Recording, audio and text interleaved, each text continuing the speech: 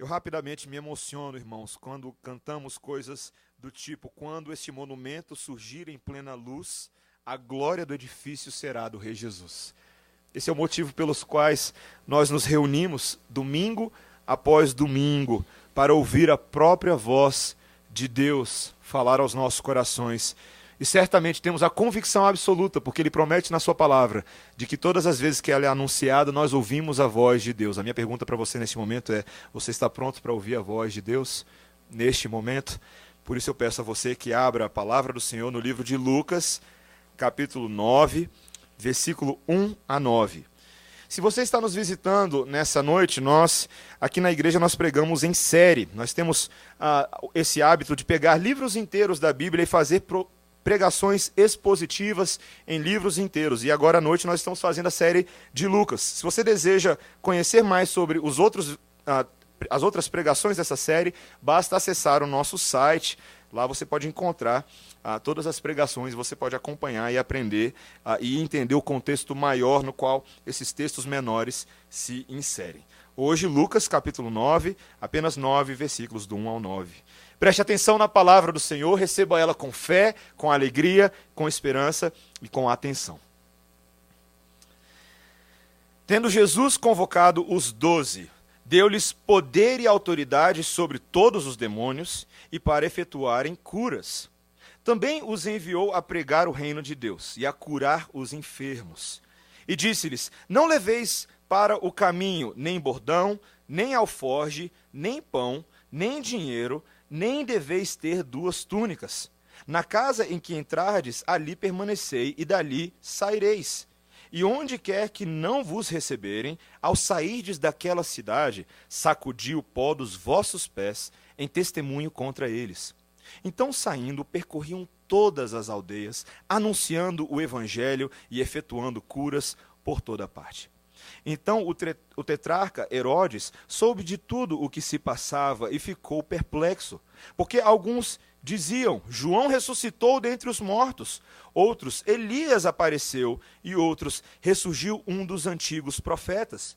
Herodes, porém, disse: eu mandei a decapitar a João. Quem é, pois, este a respeito do qual tenho ouvido tais coisas? E se esforçava por vê-lo. Até aqui a palavra do Senhor. Vamos orar, irmãos.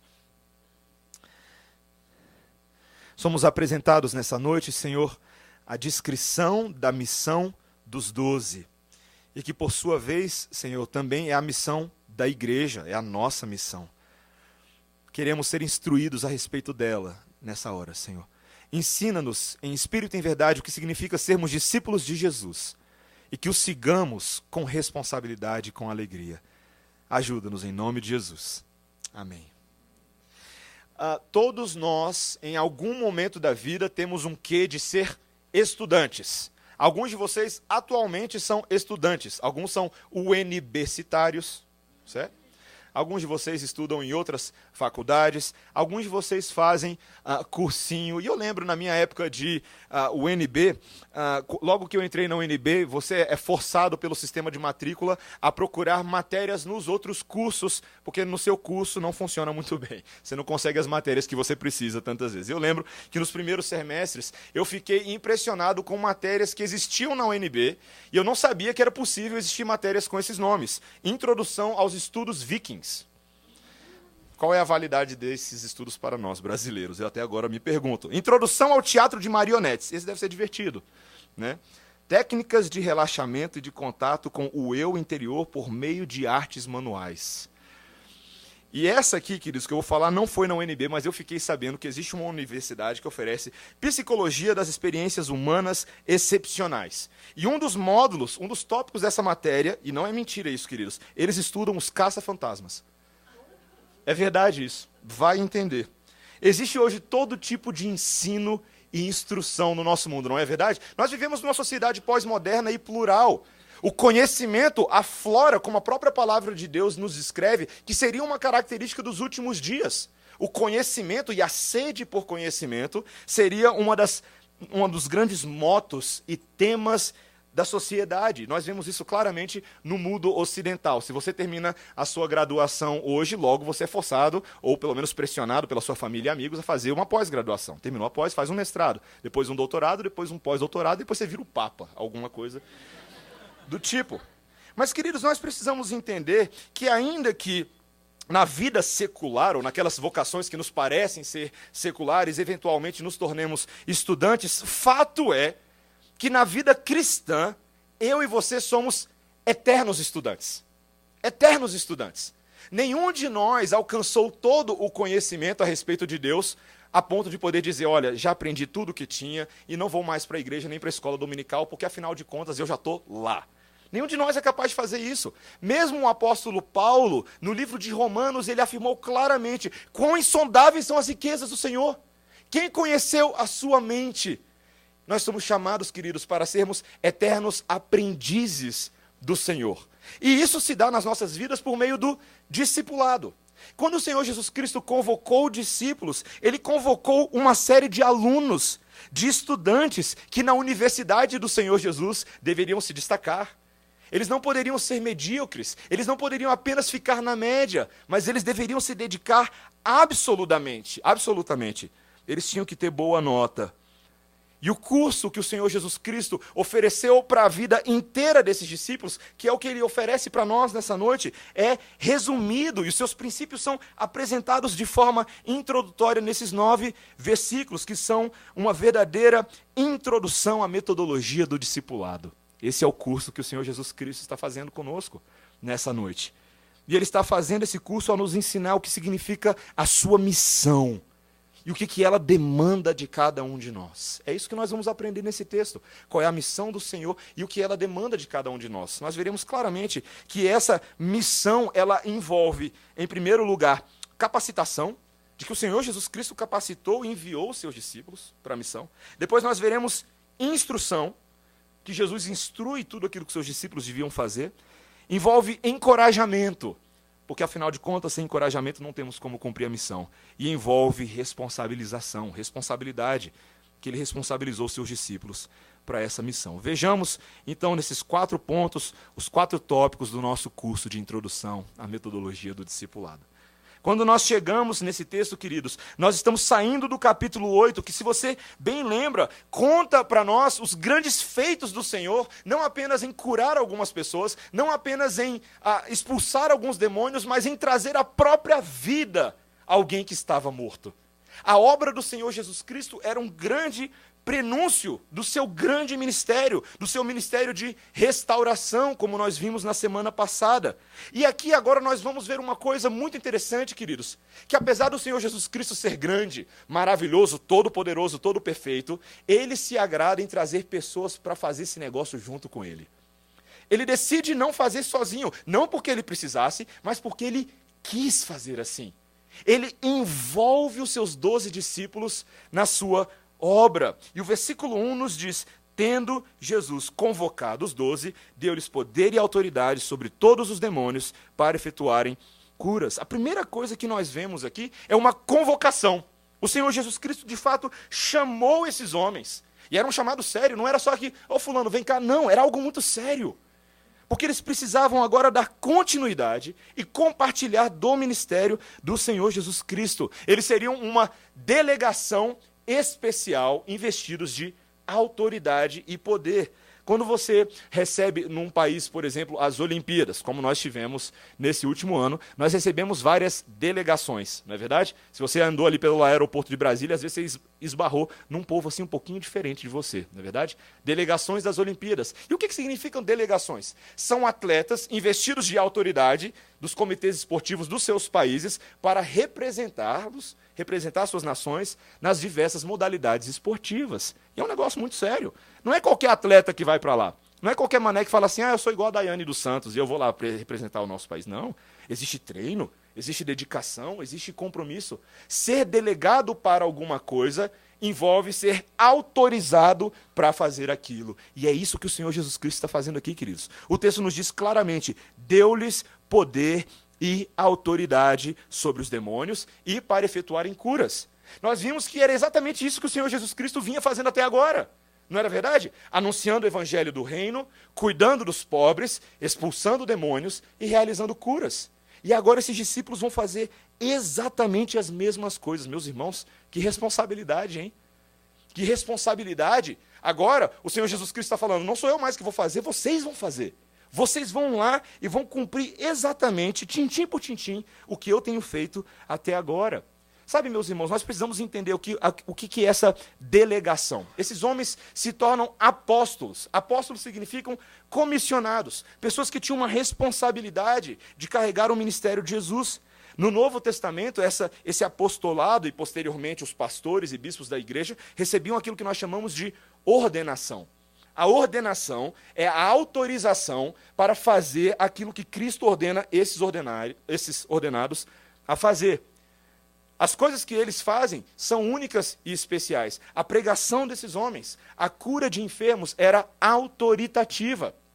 É por isso, meus irmãos, que assim como os apóstolos faziam, nós na igreja fazemos também. Nós temos homens que são ordenados para os ofícios. Nós temos pastores, presbíteros e diáconos. Alguém outro dia me perguntou assim, mas pastor, por que só você prega?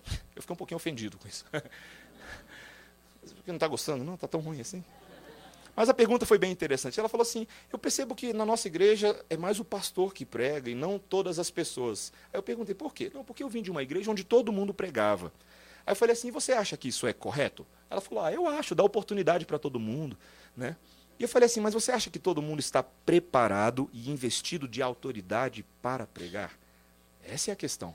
O Senhor investe de autoridade segundo a palavra de Deus. Nós temos o exemplo em 1 Timóteo capítulo 4. O presbitério impunha as mãos sobre pastores para que eles recebessem autorização, para que fizessem aquilo de acordo com a sã doutrina, com o espírito da palavra de Deus. O grande problema que nós vemos nesses dias, e eu e você sabemos disso muito bem, é que tantas pessoas que não são investidas para isso têm bagunçado a vida de muitas igrejas. Falam o que pensam, a doutrina flui da cabeça, não tem o ensino. Aí o argumento que ela utilizou assim, mas por que você acha que os discípulos podiam pregar? Eles nunca foram para um seminário? Eu falei, então os discípulos nunca foram para um seminário? O que foram os 3 anos que eles caminharam com Jesus? O seminário deles foi o melhor do mundo.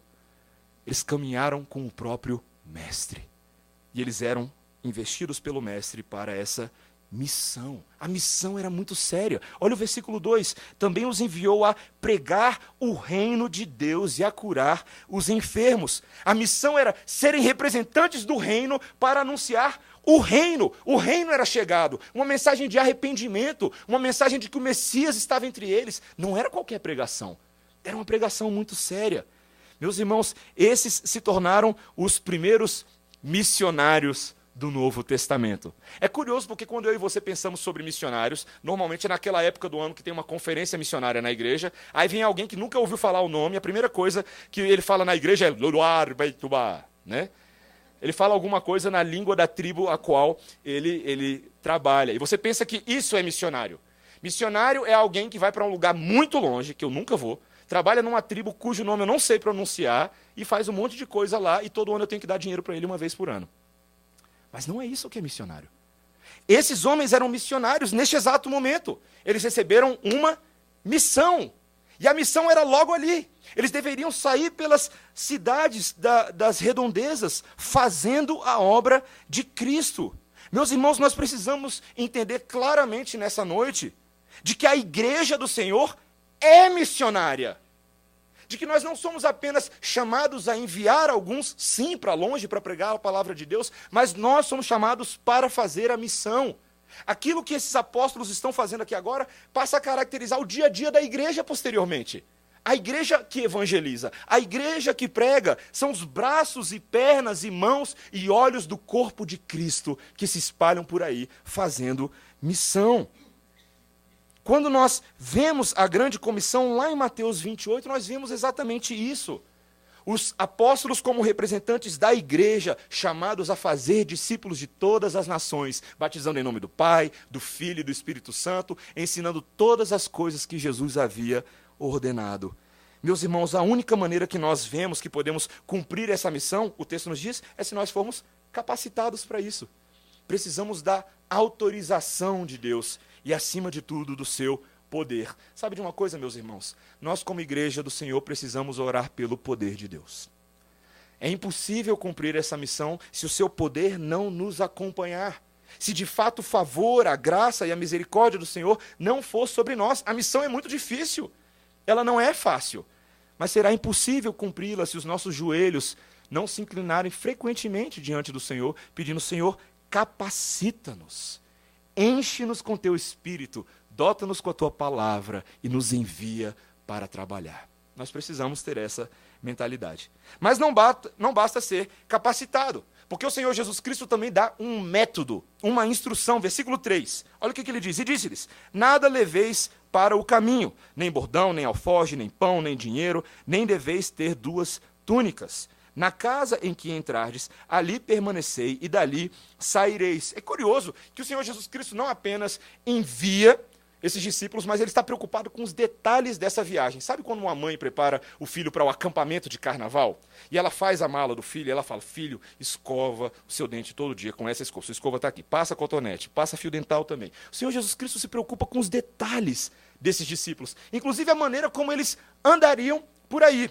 Primeira coisa que o Senhor Jesus Cristo ele dá uma dica sobre como eles deveriam carregar as coisas. Versículo 3, não levem nada para o caminho, nem bordão, nem alforje, nem pão, nem dinheiro, nem deveis ter 2 túnicas. Eles deveriam carregar no corpo apenas o necessário e não um monte de tralha. Qual que era a ideia? Como nós veremos aqui no capítulo 9 em diante, eles deveriam estar leves para a viagem, ágeis, rápidos. Eles tinham muito terreno para cobrir, muita cidade para ir. Você sabe que quando a mala é muito grande e fica presa no aeroporto, dá dor de cabeça, não é verdade?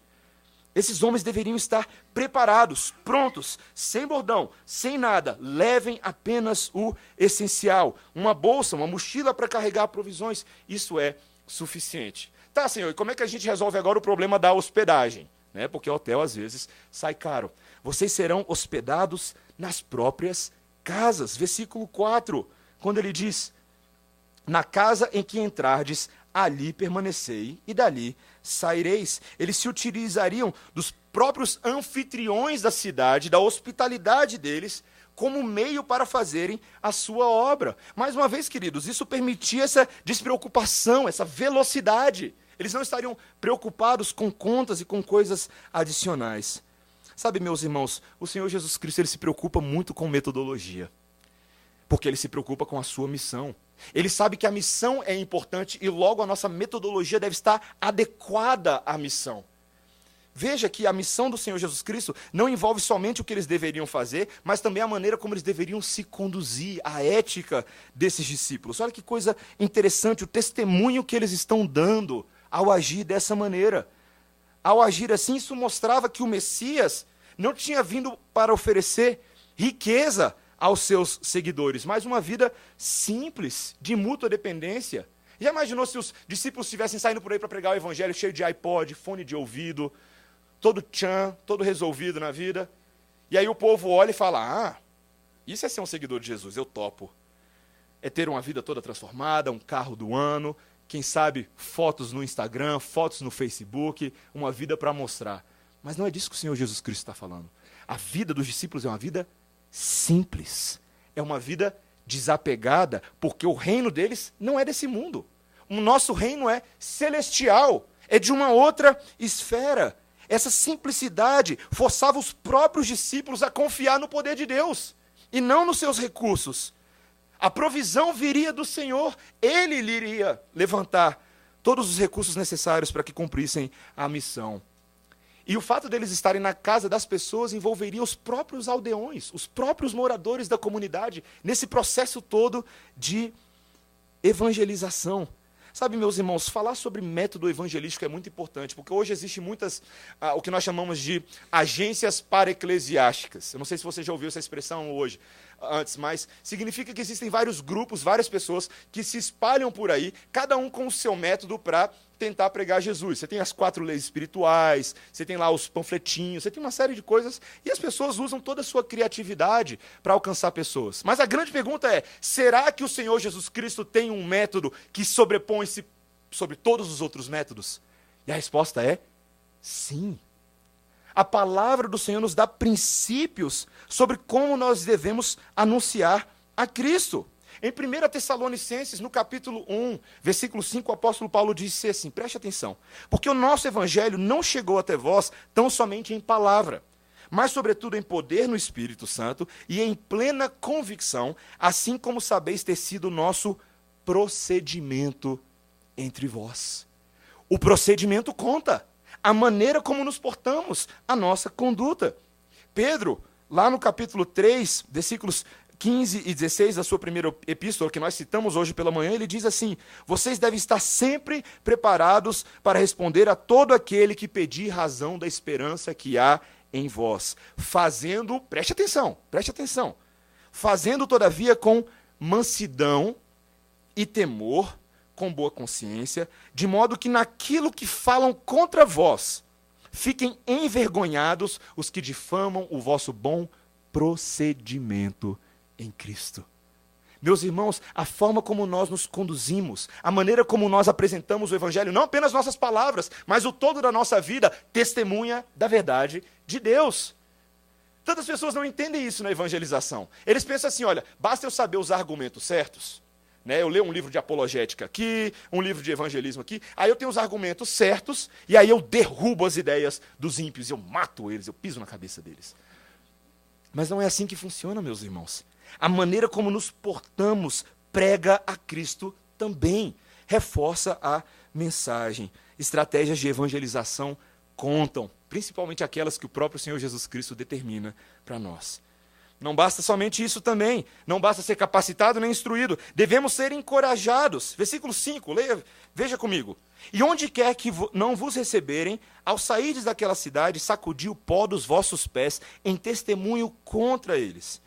Então, saindo, percorriam todas as aldeias, anunciando o evangelho e efetuando curas por toda a parte. Meus irmãos, nem tudo era um mar de rosa. Sim, ia ter hospitalidade, sim, eles iam receber comida nas casas, mas certamente esses discípulos seriam rejeitados.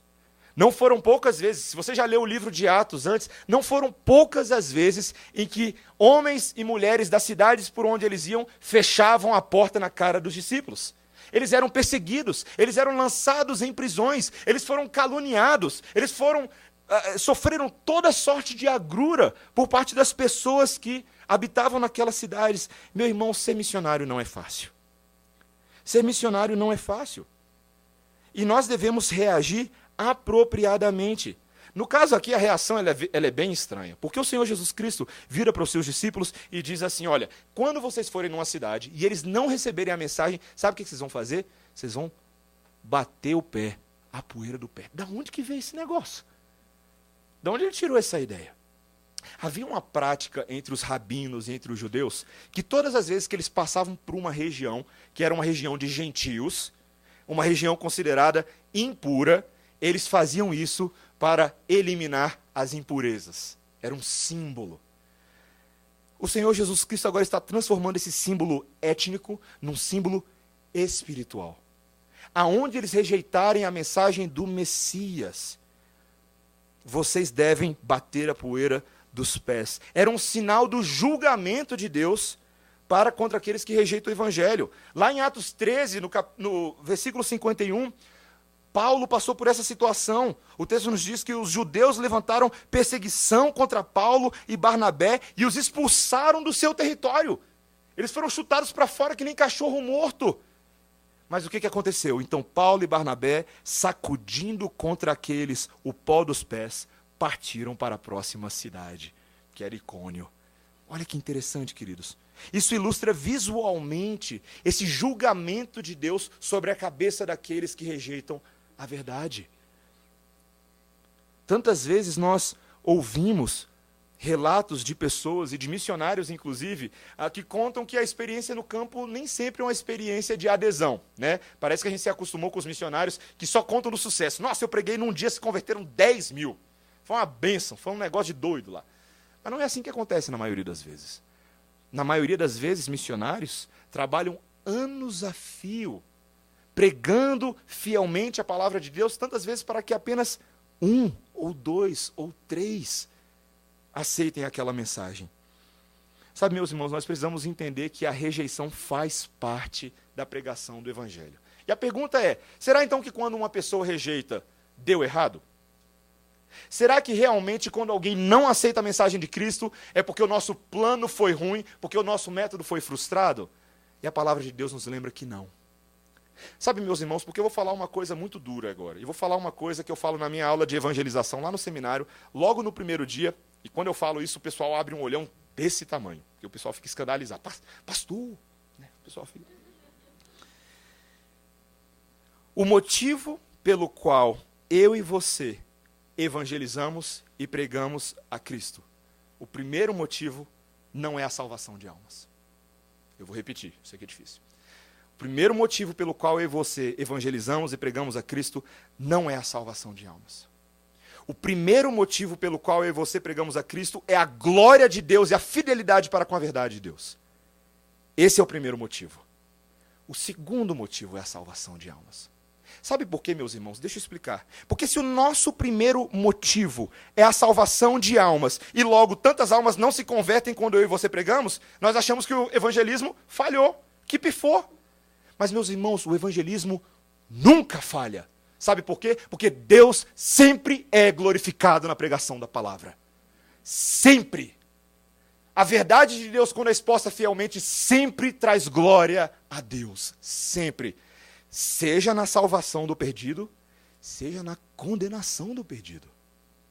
Isso é difícil às vezes para a gente entender, mas Deus que governa sobre todas as coisas, que é juiz sobre toda a terra, é glorificado em todas as circunstâncias. Seja na alegria da salvação, e é de fato o que nós queremos, não é verdade? Mas também quando pessoas rejeitam essa mensagem, porque Deus sempre será soberano e juiz sobre todas as coisas. Isso é um fato. Sabe, tantas vezes, eu e você que não entendemos isso, ficamos frustrados e decepcionados porque as nossas expectativas com relação à missão são de conversão pragmática. Os métodos de evangelização são, pregou, converteu, conservação de frutos, é assim. Mas conversão não é assim, meus irmãos. Conversão, tantas vezes, é um processo demorado. Um lança a semente, outro joga a aguinha por cima, e às vezes lá na frente, 10 anos depois, 15 anos depois, o Senhor vai colher o fruto dessa semente. É um processo. Filhos que têm expectativas sobre a conversão dos seus pais. Pais que têm expectativas sobre a conversão dos seus filhos. Não desistam. Ainda que ele não se converta quando você dê um livro para ele de cara ou leia uma passagem de Paulo, saiba que a palavra do Senhor tem efeito cumulativo e muitas vezes a longo prazo. Não desista. Às vezes, alguns já me falam assim, poxa, eu acho que o meu pai não é um eleito para a salvação. Minha mãe não é uma eleita para a salvação. Sabe o que eu falo para ele? Você não sabe disso, mané. O que você está achando? Você está achando que você é Deus para determinar quem é eleito e quem não é? Ele nunca pediu isso de você. Queridos, nunca utilize a doutrina da predestinação, na qual nós cremos e é bíblica, como um meio para você justificar como você evangeliza ou não. Sabe por quê? Porque o Senhor Jesus Cristo disse o quê? Prega a palavra. Prega o evangelho. Não compete a você determinar a salvação das pessoas, compete a você ser obediente e fiel ao Senhor. Esse é o chamado. Você sabe por que nós pregamos? E por que nós pregamos mesmo sabendo que pessoas são eleitas? Porque nós temos a convicção de que por meio da pregação a todas as pessoas, a todas as tribos, a todos os povos, Deus trará os seus eleitos no tempo certo. E eu e você somos coparticipantes dessa obra. Seja encorajado nisso. Esse é o encorajamento do Senhor. Sim, às vezes as pessoas vão rejeitar a mensagem, mas nós somos encorajados por um Deus que sabe exatamente quando e como trazer os seus salvos. Nós devemos saber disso, meus irmãos. E a última coisa que o texto nos diz, o último versículo, nos lembra que Deus nos responsabiliza. No versículo 2, ele havia enviado os discípulos para pregar o reino de Deus. E no versículo 6, nós vemos a prática disso. Então, saindo, percorriam todas as aldeias, anunciando o evangelho e efetuando curas por toda a parte. Queridos, que alegria! Eles foram fazer a obra do Senhor. E aí o Senhor liberou eles para eles fazerem o que eles bem entendem. Era isso? Não. O versículo 10 nos lembra que ao regressarem, veja o versículo 10, os apóstolos relataram a Jesus tudo o que tinham feito. Não bastava dizer que ia fazer, tinha que dar relatório. Professor, você na escola já pediu relatório?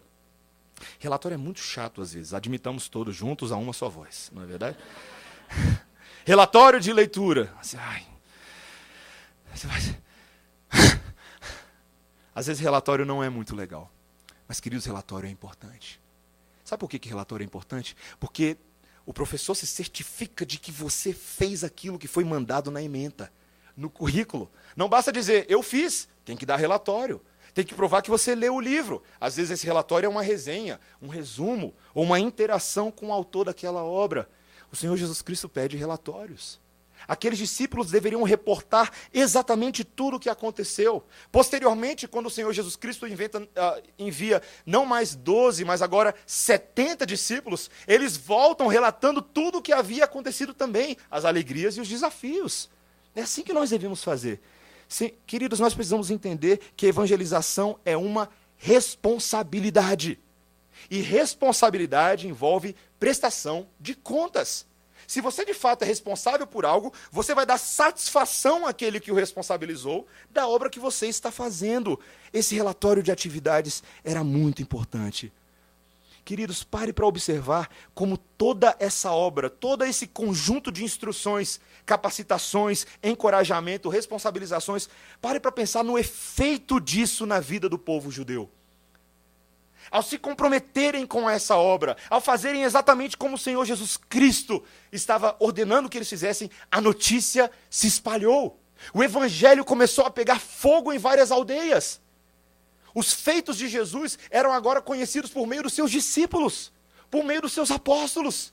De tal forma que quando chegamos no versículo 7, ora o tetrarca Herodes soube de tudo o que se passava e ficou perplexo. Porque alguns diziam, João ressuscitou dentre os mortos. Outros, Elias apareceu. E outros, ressurgiu um dos antigos profetas. Herodes, porém, disse, eu mandei decapitar a João. Quem é esse, pois este a respeito do qual tenho ouvido tais coisas e se esforçava por vê-lo? Queridos, o que é interessante é que, por meio das obras dos discípulos, o nome e as obras de Jesus são feitas conhecidas. Para prestar atenção. Por meio daquilo que os discípulos estão fazendo, a notícia chega aos ouvidos de Herodes. E Herodes era um homem que não queria ter o seu trono ameaçado. Da última vez que um profeta inventou moda, ele foi lá e cortou a cabeça de João.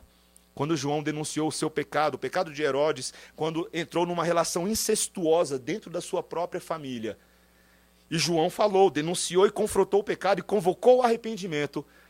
Herodes cortou a sua cabeça. Mas quem é esse agora? Quem é esse que surgiu? Seria Elias? Seria João ressuscitado, uma versão dele? Não, meus irmãos, nenhum deles.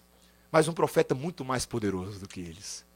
O Senhor Jesus Cristo, o seu poder, a sua obra maravilhosa estavam sendo conhecidas agora por meio dos seus discípulos. Queridos, esse é o chamado do discipulado. Essa é a missão. Sabe qual que é a missão? Fazer Jesus conhecido.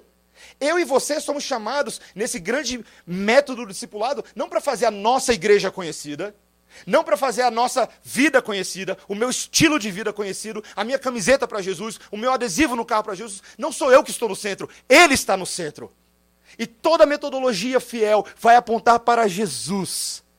Queridos, entendam isso nessa noite, isso é precioso o que eu vou falar agora.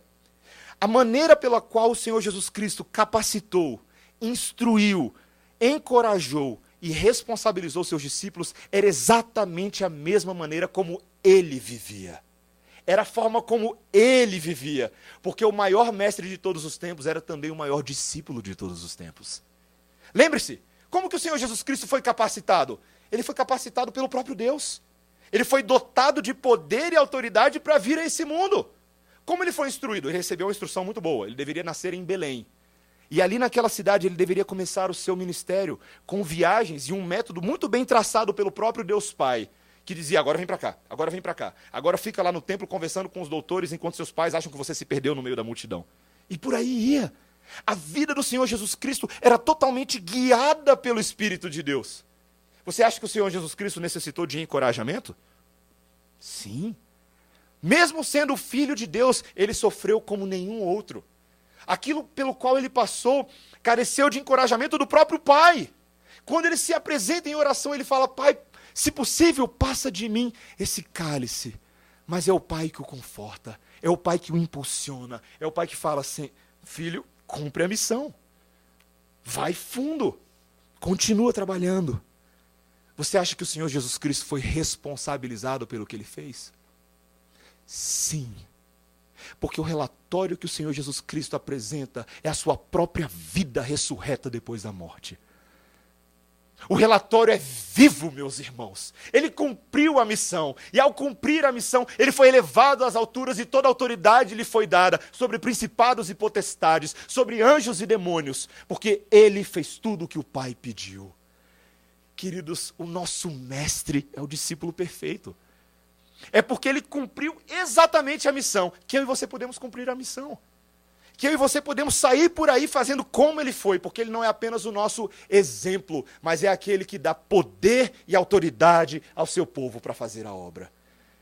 Meus queridos, se eu e você lembrarmos disso hoje à noite, e amanhã, e depois de amanhã, vai ser bem mais fácil evangelizar aquele seu colega de trabalho. Ou aquele parente da sua família, que tantas vezes nos intimida e nos deixa acanhados. Sabe por quê? Porque todas as vezes que você lembrar que você tem que evangelizá-lo, você não estará sozinho. Você vai lembrar que você está de gangue. Você anda, você, Deus Pai, Deus Filho, Deus Espírito Santo. E ai dos outros para cima de vocês. Porque, meus irmãos, o projeto e o plano do Senhor é Deus com o seu povo. É Deus agindo por meio do seu povo. E não há porquê, meus irmãos, nós sermos intimidados. Timidez não está com nada. Queridos, Deus não nos tem dado espírito de covardia, mas de poder, de amor e de moderação. Sejamos ousados, meus irmãos. O curso de introdução à metodologia do discipulado é um pouco difícil. Tirar uma nota boa nele não é muito fácil. Mas sabe qual que é a nossa grande ajuda? O Senhor Jesus Cristo dá cola na prova. Você tem todo o manual dele completinho e você pode fazer a prova com consulta, sem dano para a sua nota. Faça isso. Faça isso. Não se intimide. Para que ficar buscando todo tipo de metodologia do discipulado se você tem a palavra de Deus todinha escrita para o seu bem, para a sua edificação e para a salvação de muitos? Se você utilizá-la, você vai ver, você vai ver. Prega a palavra do Senhor. A palavra do Senhor não volta vazia, ela transforma vidas. Use o método dele, sejamos todos para a glória dele. Amém? Vamos orar, queridos. Senhor Deus, nós te louvamos, porque no curso da vida, do discipulado, o Senhor nos tem ajudado. Até aqui o Senhor nos tem ajudado e continuará ajudando. Porque o Senhor nos preserva, nos auxilia, nos santifica, nos transforma no processo e nos torna ferramentas úteis na sua mão, para que, uma vez capacitados, instruídos, encorajados e responsabilizados, possamos representar a Cristo e apontar para Cristo aonde estamos. Senhor, ajuda a tua igreja nessa noite, cada um de nós, a sermos fiéis embaixadores teus. Não somos assim tão bons, Senhor, mas temos um Deus que é muito bom e muito poderoso. Nele nós confiamos e depositamos a nossa esperança em nome de Jesus. Amém. Vamos ficar de pé, irmãos?